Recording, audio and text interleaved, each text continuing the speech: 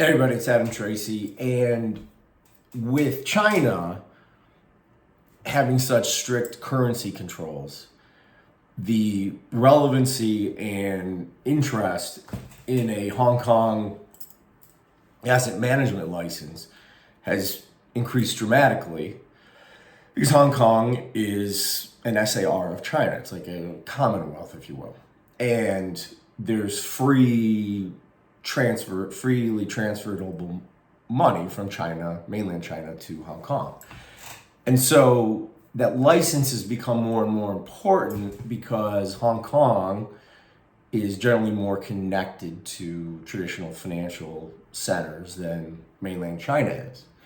And so people will inquire often about getting what's called the Section 9 asset management license in Hong Kong. And it is not particularly difficult to obtain, but comes with it some different elements that you may not find if you were, say, going offshore for like a securities or investment manager type license, right? Because it is by itself, Hong Kong, a major financial center, right? It's been sort of downgraded perhaps a little bit since China took back over, but at a time when it was an independent state or part of the UK, it was really a major financial center. And so what you have is, depending on the size and scope, you've got a paid-in capital requirement for the entity of 5 million Hong Kong dollars, which is in US dollars is about 12 cents, right?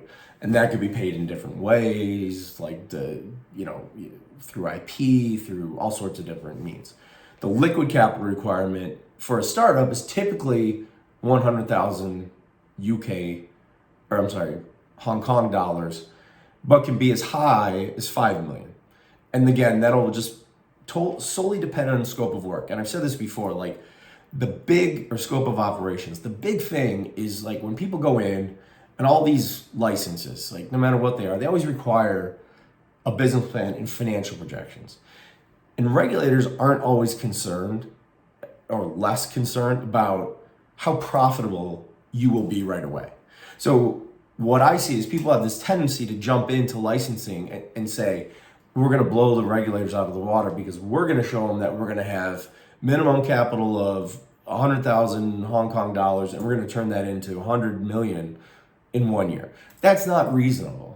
And you're never gonna get through the regulatory review. And if you do, they're gonna say, well, if you want to meet that target, then we need more liquid capital on hand. And so you're only making it harder on yourself because the regulators don't care, right? The regulators are more worried about like your ability to manage client funds and manage AML KYC programs. That's the preeminent in this environment, major focus, right? I don't care about you making money. So if you did the 3-year financial projection where you make, $1 after 3 years, that's fine. That's fine, right? Like, would I show, you losing hundreds of millions? No, of course not. But you don't have to like overly project. So I digress.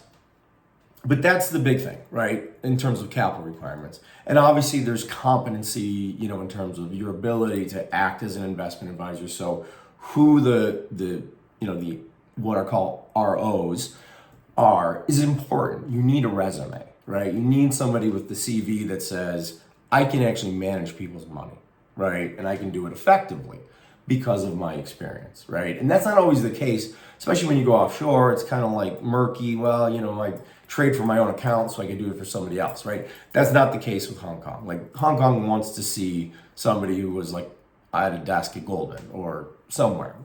And so, the big trick is that makes it while the license itself can take 9 months, you're probably going to get it, right? Like if you have your ducks in a row and, do what they say, you will get the license. But there's one like caveat that scares a lot of people away. And I think there's some point to it is that one of the ROs, right? One of the registered officers has to be located in Hong Kong and have an active daily participation in the management of the company, right, of the advisor. So, and that can take on many forms, right? And there's plenty of qualified people who can do that, but they come at a price, because you're ultimately going to have to not only identify this individual, you also have to pay this individual. And you're going to pay them a market rate, because you're going to show that agreement to the regulator, and the regulator is going to see, like, this person has agreed to work full time. Whether that person ever agrees to work full time or not, or even has to, because you can effectively operate from somewhere else, is maybe neither here nor there, right? But you have to have this person. And like, if you, and I've seen this happen with a colleague, if you hand them an agreement, the regulator an agreement, and says, okay, the local RO is going to work for $30,000 a year, right? And he's got 30 years of experience. They're not going to take that. They're not going to take that, because they're not going to believe you, because that individual knows that he could easily be paid $150,000, $200,000 a year in salary for literally doing nothing.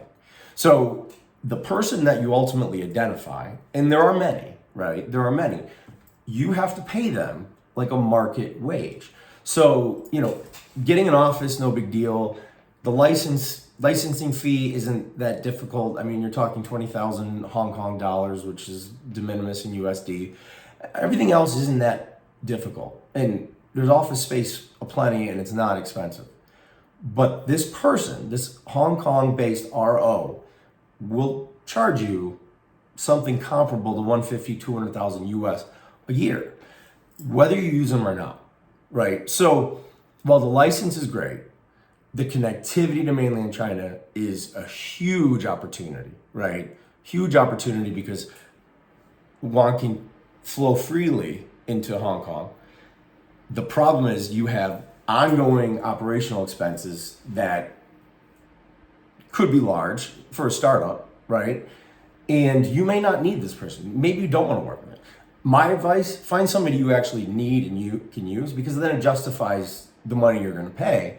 But that's my only caveat to it, because it's such a useful and valuable license as it relates to the rest of the world, and like how people are effectively like investing out of China. But you have to be prepared to either find a partner on the ground, or just pay somebody like a sunk cost to really be like a stand-in. So that's my take on the Hong Kong Asset Management Section 9 license. Have any questions, definitely hit me up, Adam at adamtracy.io, and I'll talk to you next time. Cheers.